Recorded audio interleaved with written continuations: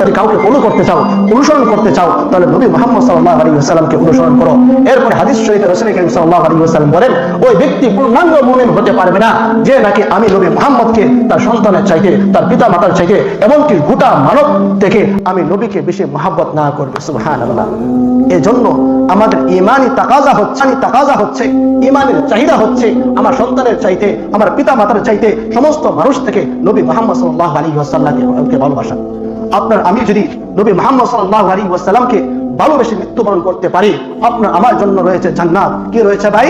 জান্নাত। কেমন জান্নাত? রাসূল কারীম সাল্লাল্লাহু আলাইহি ওয়াসাল্লাম বলেন, আ'দাতু লি'ইবাদি আস-সালিহিন মা লা আইনুন রা'আত ওয়া লা উযনুন সামিআত ওয়া লা খাতারা আলা কলবি বাশার।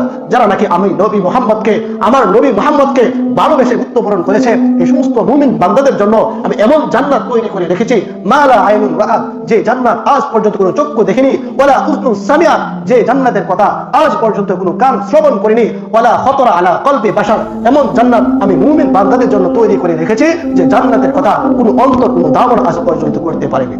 তো আমরা সবাই জান্নাতে যেতে চাই তো ইনশাআল্লাহ।